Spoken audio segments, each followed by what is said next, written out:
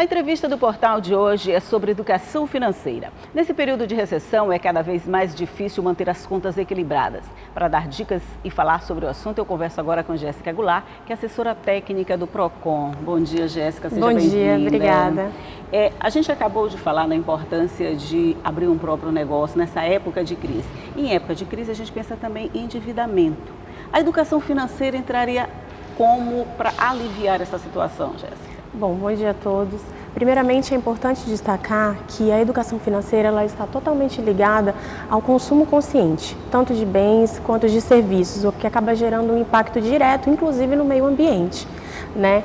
É importante também analisar a situação por três aspectos, tanto o avanço tecnológico, quanto a distribuição de renda no nosso país, no nosso estado, e também com relação à crise por qual a gente vem passando. A gente percebe que é inversamente proporcional os três aspectos. Então é importante que haja uma conscientização individual, uma conscientização familiar e principalmente dos jovens, das crianças e dos adolescentes com relação ao consumo exacerbado, né? Pois é, para gente ter adultos, vamos dizer assim, educados financeiramente, a gente tem que ter crianças se educando financeiramente. Exatamente. Mas hoje isso ainda não é uma realidade para nós. As crianças ainda não têm ainda não recebem esse tipo de orientação. Às vezes nem na casa da gente, a gente não passa direitinho essas informações, e nem na escola. Como é que a gente faz isso, não? Como é que a gente vai chegar a esse adulto conscientizado? Exatamente, é um trabalho conjunto, tanto da família quanto da escola. Pensando nisso, o Procon Maranhão ele vem desenvolvendo já desde o começo da gestão do Dr. Duarte Júnior, né, seguindo as diretrizes do governador Flávio Dino, o projeto Procon Mirim, que justamente é para levar a conscientização das crianças e dos adolescentes justamente quanto ao consumo consciente, né? Para que eles percebam qual que é o seu real papel dentro da sociedade e dentro do mercado de consumo, enquanto consumidores e enquanto cidadãos. Muito interessante, porque eles vão aprender logo desde cedo, Exatamente. Porque a gente que já está grande quase não tem mais jeito. Mas quando a gente já está na fase adulta, que é um deseducado financeiramente, vamos dizer assim, e já chegou na fase do endividamento, ainda tem salvação, ainda dá para se educar de uma forma mais racional? Tem sim, principalmente agora em épocas de crise financeira no país, é importante você conhecer, você analisar o seu orçamento individual para quem não tem família e familiar, né? Conhecendo, analisando o seu orçamento, você vai adequar o seu consumo. No caso, verificar, realmente eu preciso daquilo, analisar o binômio, no caso, necessidade e possibilidade. Esse seria o primeiro ponto que a gente tem que observar. O primeiro ponto, né? E aí verificar se você realmente precisa daquilo para o teu dia a dia, se aquele endividamento vai te trazer algum benefício, né? É o primeiro aspecto de tudo. E é isso. E o consumo, por exemplo, para a gente não chegar nesse endividamento, a gente tem que frear o consumo. Exato. Que é o consumo exagerado de coisas, às vezes, completamente supérfluas, que acaba deixando a gente nesse beco sem saída, né? Esse endividamento, como é que a gente faz para sair dele? Por exemplo, eu já estou com as contas todas no vermelho, mas mesmo assim eu acho sempre que isso aqui é necessário, que isso vai fazer bem para a minha vida.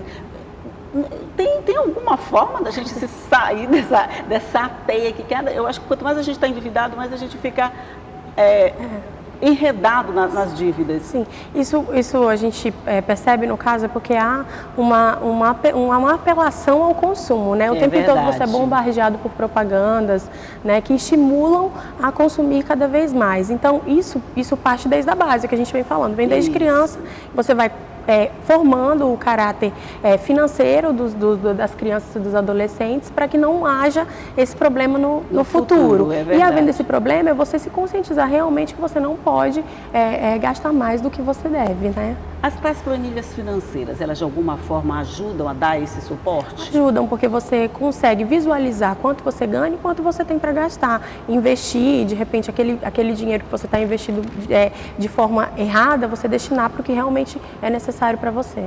Você diria que os maranhenses, Jéssica, de uma forma geral, eles têm esse controle, eles são educados financeiramente? Olha, o Procon ele vem justamente informando, a política do Procon atualmente é informar o consumidor de seus direitos. Havendo alguma abusividade nesse sentido, a gente orienta que formalize sua reclamação através do aplicativo Procon Maranhão, ou mesmo busque um de nossos postos, porque nós estamos dispostos a orientá-los, vamos supor, análise de um contrato, é possível fazer, entendeu?